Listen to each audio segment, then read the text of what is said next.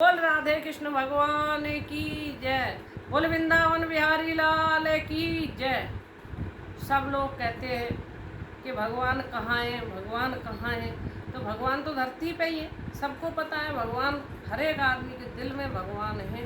अपनी आत्मा से पूछो कि भगवान कहाँ है, लोगों से मत पूछो।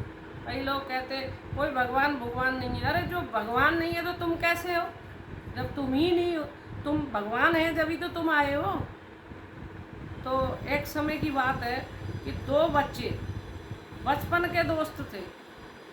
तो जब वो बड़े बड़े थोड़े हुए तो एक तो निकल गया भक्ति में, गंगा जी नहा के आता, राधा कृष्ण भगवान का पूजन करता, सारे भगवानों की पूजा करता, नहाता धोता, अपने पूजा में लगा रहता।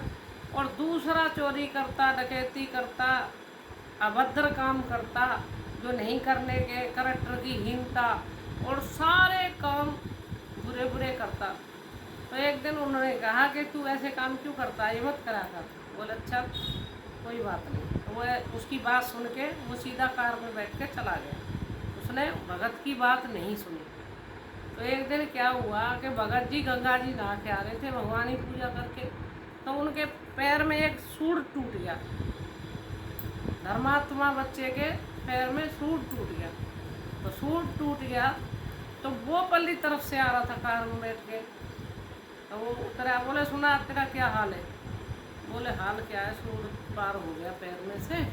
तो बोले बुला तेरे भगवान को, सूढ़ पैर तू देख, बुला भगवान को, तेरा भगवान आके सूढ़ निकालेगा।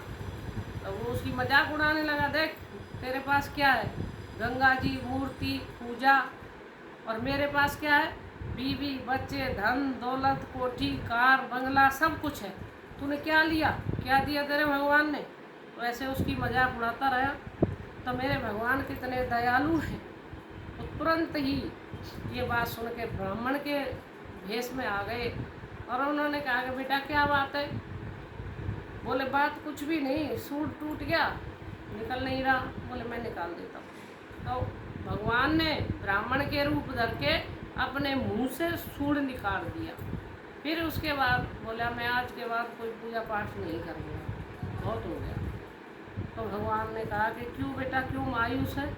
कि ये मैं यूँ मायूस हूँ कि कलयुग का एक आदमी कोठी, बंगला, कार, बीवी, बच्चे सब कुछ लेके फिर रहा है और भगवान को मानता ही नहीं है वो आदमी।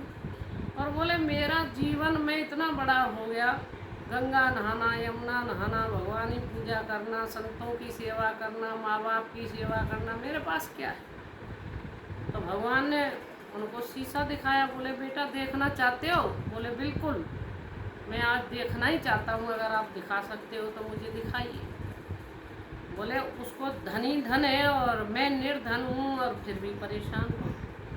तो बोले वो पिछले जन्म में राजा था और राजा होते हुए उसने इतने पुण्य कर्म किए हैं कि अभी पाप कर्मों की शुरुआत ही नहीं हुई है उसकी, अभी तो उसके पुण्य कर्म चल रहे हैं।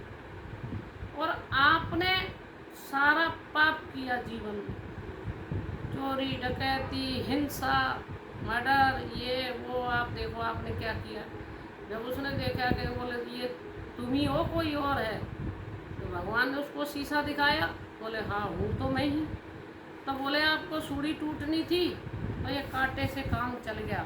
और कांटे से काम कैसे चला? कि तुमने ये गंगा नहा, यमुना नहा, भक्ति की, संतों की सेवा की और माँ बाप का कहना माना, माँ बाप की पूजा की, गरीबी सहन की, फिर भी भक्ति की।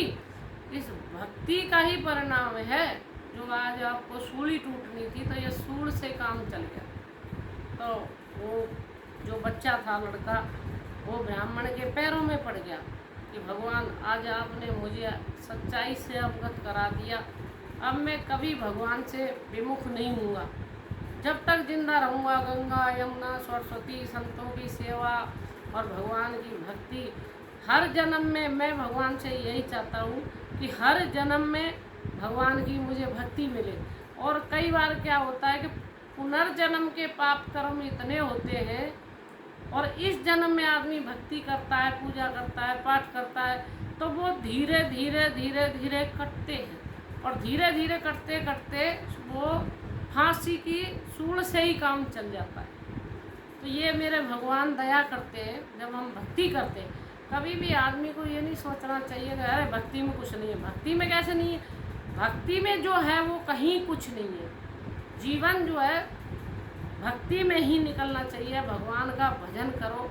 कलयुग में तो केवल भजन से ही कल्याण हो जाएगा मनुष्य का, और कुछ मत करो। बोल राधा कृष्ण भगवान की जय।